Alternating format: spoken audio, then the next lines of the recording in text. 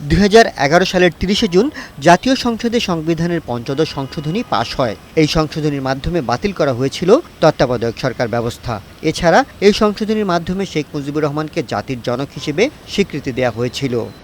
পঞ্চদশ সংশোধনী চ্যালেঞ্জ করে গত 18 আগস্ট রিট আবেদন করেন সুশাসনের জন্য নাগরিকের সম্পাদক বদিউল আলম মজুমদার সহ 5 ব্যক্তি।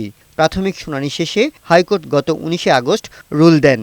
পঞ্চদশ সংশোধনী কেন সংবিধানের সাথে সাংঘর্ষিক ঘোষণা করা হবে না তা জানতে চাওয়া হয় রুলে। পরে বিএনপি, গণফোরাম, জামায়াতে ইসলামী সহ কয়েকটি সংগঠন এবং কয়েকজন ব্যক্তি এ রিট মামলায় পক্ষভুক্ত হয়।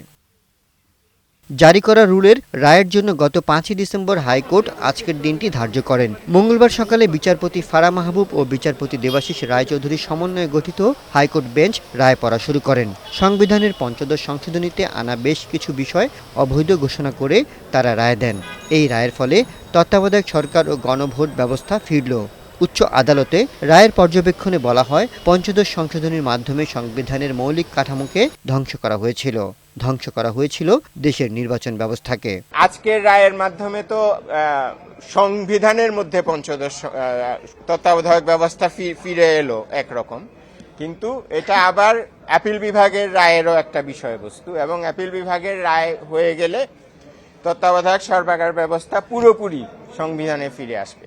একটি সংবিধান সংশোধন করতে হলে পরে পিপলস ম্যান্ডেট লাগে, কিন্তু এই বিগত সরকার যে অ্যামেন্ডমেন্ট করেছিলেন সেই অ্যামেন্ডমেন্টের মধ্যে আছে যে এই জনগণের কোনো অধিকার নাই এবং জনগণের কোনো ইচ্ছার উপরে তারা কোনো কিছুই তোয়াক্কা না করে তারা সংবিধান সংশোধন করতে পারেন।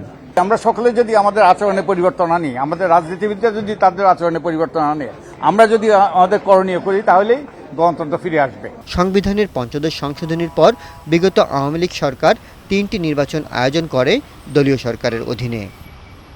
এস এম সুমন, বৈশাখী সংবাদ, ঢাকা।